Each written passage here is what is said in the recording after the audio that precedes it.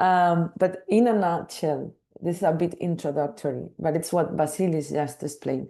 We see too much successful innovation, too much successful pilots in Europe and in the whole world, but especially in Europe, that is where we are, right? That do not get adopted. Even if they demonstrate powerful benefits through those pilots, through those projects, we see that those are not deployed at scale. And this is a systemic problem that we have, and this is also why we are here in InnoMatch, right? To demonstrate the benefits of the solution, but then decide to adopt it if it was beneficial. Next slide, please. If we don't adopt those innovations, we are not unlocking the full impact. Actually, innovation is only innovation when it reaches the market, right? So we need to take the one step forward and really close that gap that we see systematically in the innovation system. Next slide, please. Because if we don't do it, it means it's a waste of money, not only from the ones who sponsor the R&D projects, but also from the ones who participated. It's also a waste of opportunity because here I think that the companies will understand me very well. When do you have the opportunity to work in a pilot with a strategic customer? It doesn't happen that often, and if it happens, sometimes it's costly. So if we don't make the most of opportunities like InnoMatch, where you are able to work hands-on with your customer, when are you gonna actually sell, right? So if we don't leverage it, it's a waste of opportunity. But even more importantly, or this is my opinion, it's a way of motivation and a culture killer. We know that the buyers, especially the public ones, are super busy with their duties and the services that they need to provide to the citizens. And if they participate in innovation, they try a solution that it's good for them, good for the citizens, for the patients, and it's not adopted, then the intrapreneur within the organization, the champion who has decided to participate in an innovation project for the benefit of the end users, then it's totally demotivated, because what's the point? What game are we playing if at the end of the day, if it works, it is not being implemented? So it's something that we really need to address. Next slide, please. So what can we do? The persons, the 37 people that are in this InnoMatch call. Next slide, please. You are probably thinking, or sometimes we feel that this is the case, that you are not the decision maker, you are not the budget allocator, you are not the contract writer, you are just the project manager who is leading the pilot. It may be the case, but you are also the entry point in the organization. You can enable, you can convince, and you can push your decision makers to take action already while you are piloting, because you are the one that is directly in touch with the solution, with the pilot, with defining what needs to be done. So let's say empower yourself. Do not underestimate what you can do, because the adoption journey starts with you, with those of you that are in this call today. Next slide. So now I'm going to tell you our Christmas wish list, okay? Because Christmas is just around the corner. What would be our ideal adoption scenario in InnoMatch? Next slide, please. An ideal adoption scenario would be the following. In InnoMatch, the pilot is a success.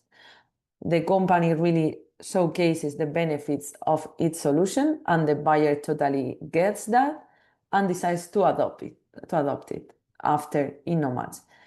Then the relationship is so good that between the buyer and the EIC awardee, that the EIC awardee builds a reputation, because they've already worked with a strategic customer and makes it easier for them to knock on the door of other similar potential customers. Obviously, that takes a lot of time. We are not expecting it to happen, all of it, within InnoMatch, but it would be nice to see some signs already while we are in InnoMatch. Like, for instance, the buyer allocates the budget to make the purchase, or the budget starts doing market consultation prior to the procurement, or there's some initial efforts to prepare the contract. And for the companies, they start contacting new customer leads, start discovering new potential partnerships. Those are signs that adoption will happen, right? That would be our ideal scenario. My Christmas wish list, what I'm gonna ask Santa for Christmas. But we also know that this is not always possible, right? There are in-betweens. And if you can move on to the next slide, Carlos. So everything is not ideal, and we see how expectations meet reality. Next slide. So you may be wondering, what if the solution is not ready to be deployed at scale? This sometimes happens, right? The solution is not in TRL 9, it's not ready to be deployed at scale. Then think, is there a way to keep collaborating for improving it? Like, for instance, extending the pilot beyond InnoMatch? Are there other market-ready solutions?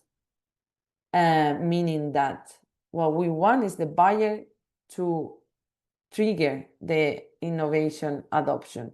It can be with the InnoMatch solution or not, but we want to create these opportunities. We want to see that those needs from the buyer are actually addressed through innovation. You may be also wondering, what if the decision makers do not see this as a priority? Talk to them as soon as possible. We are already in time. We've only spent 2 months out of the 12 of the program, and you still have time to understand the priorities. Even you could change, like if you understand after that the way that you plan the pilot is not exactly aligned with their priorities, that they want to see different KPIs, different benefits, you are still in time to pivot and make sure that through the pilot you demonstrate the benefits that they want to see, so that when the pilot is over, they see that it meets their interest and that the solution is relevant to be adopted. And the third question that is frequently asked is, what if there is no budget? Again, we have time to start securing it. We have 10 months ahead. So our final goal is to have impact. And for that impact to happen at the end of the project, we really need to start today. Next slide, please. And then a note, of course, on public buyers. As we know, public buyers need to comply with the public procurement regulations. Of course, they are there for a reason. So here I want to make you a few questions. Next slide, please, Carlos. So imagine the scenario whether the buyer wants to acquire the solution, respecting the principles of public procurement. Next slide. So I have a question for you. Please write what you think in the chat. Is it compulsory that the buyer acquires the solution from the InnoMatch company? What do you think? Yes or no? Simply add it in the chat.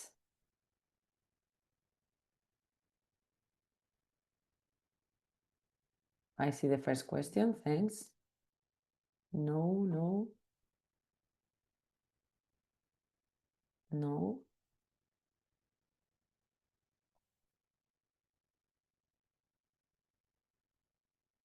No. Okay, perfect.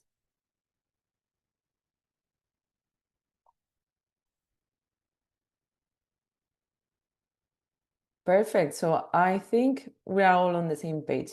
The answer is indeed no. Please move on to the next slide, Carlos. It is not compulsory to acquire from the InnoMatch company. So that's their starting point. So that's why you really need to work on the opportunity to happen, just so that you are able to participate in that opportunity, in that tender. but be aware that any economic operator could become a solver of that opportunity. Next slide, please.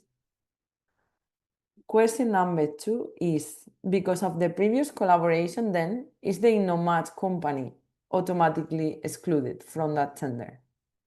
So same procedure, please write in the chat yes or no, what do you think?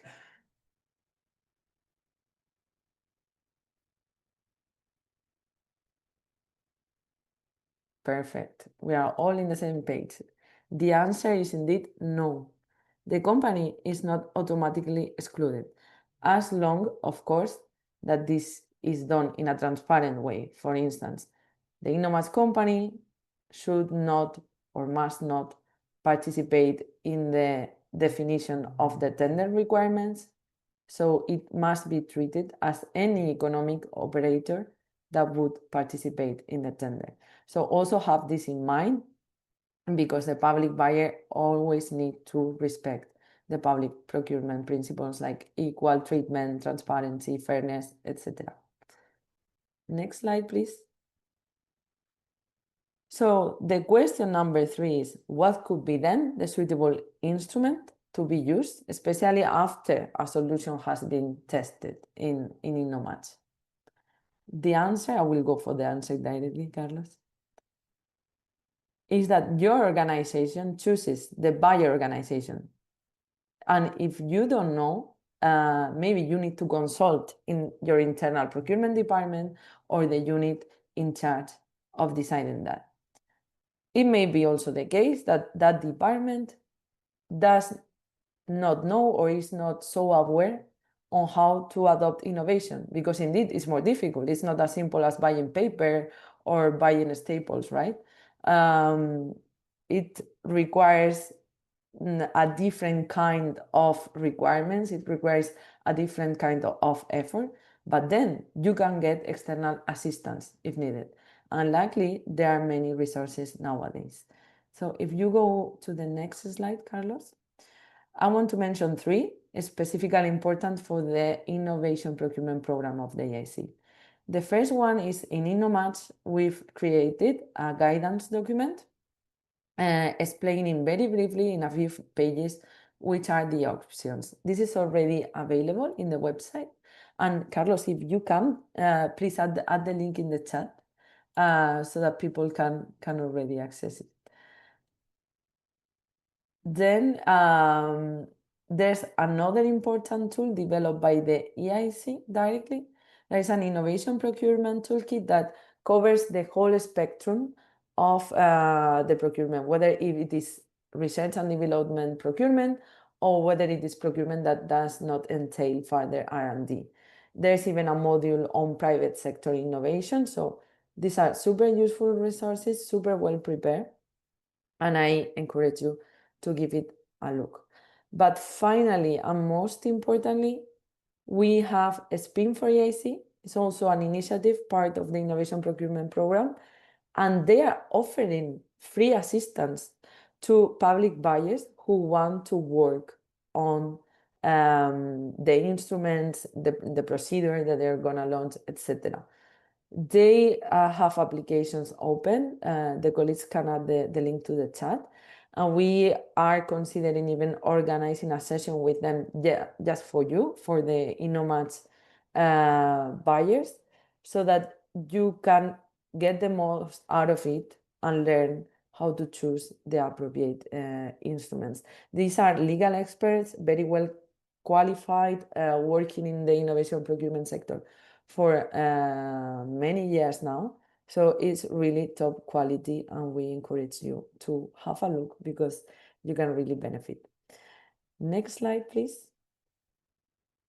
But then I'd like to continue with another topic that is not legal related, but something that we think is also important when deciding for the adoption, and is setting the right governance for the adoption specifically. So now in InnoMatch, we have the pilot action plans for many of the solutions already in place, And there, we fully trust you guys. We know it's going to be a success because you've created very nice plans with very well-defined tasks.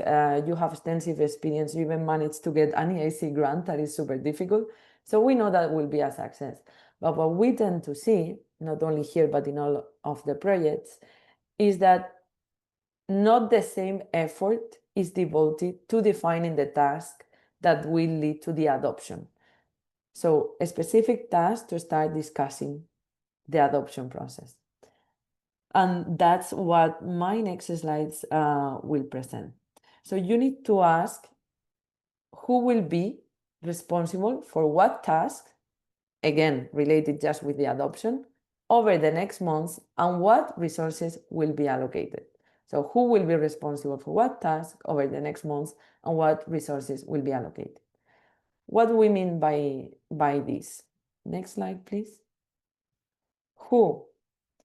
You need to think, who is the person in charge and accountable to make the adoption happen?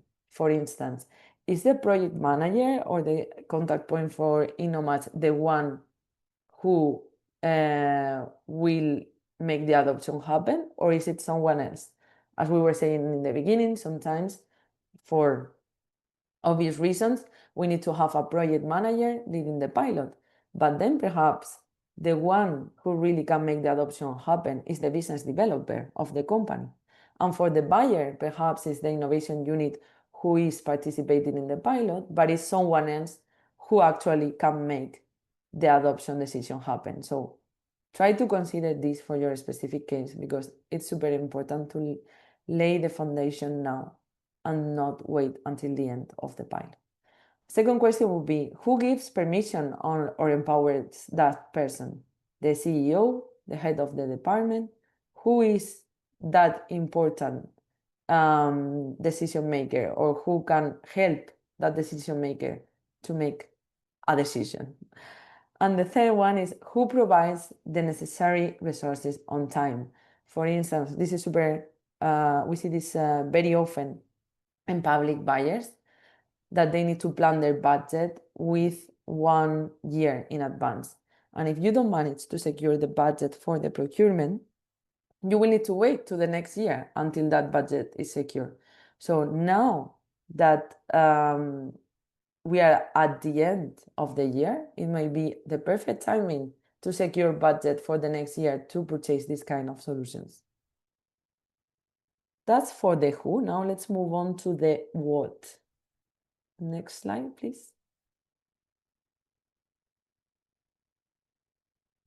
Next slide, please. So on what resources you need to think. First, what would be the price tag for that future contract or procurement? And here, the InnoMatch company can provide an estimate because they have experience, they are selling already their solution elsewhere. So ask them to understand what would be a reasonable budget. Second, you also need to think, what is the value exchange? You need to figure out not only the price, but also other aspects, like how will the intellectual property rights be divided? Do you need some kind of visibility being provided from the company to you? Do you need any maintenance, especially for digital solutions that, as you know, you are not only buying the solution, but only its maintenance for the future years? What will happen with new releases? Do you need to adopt those separately? Will they be included in the contract? All those things need to be discussed in advance. And finally, as we were saying, what is the adoption instrument? Will it be an open or a closed procedure? Will it be R&D procurement or non-R&D procurement? And for that is, well, the reason why we are offering you this guidance documentation and this SPIN for EIC assistance. Next slide. So finally, just to like a final, let's say, motivating message, we know that this is the most challenging part. It's the more difficult, more than the pilot. As we were saying, we fully trust that your pilots will be a success, but what is difficult is to get the adoption. And for that, the anticipation is key. We need to start working on it from now directly.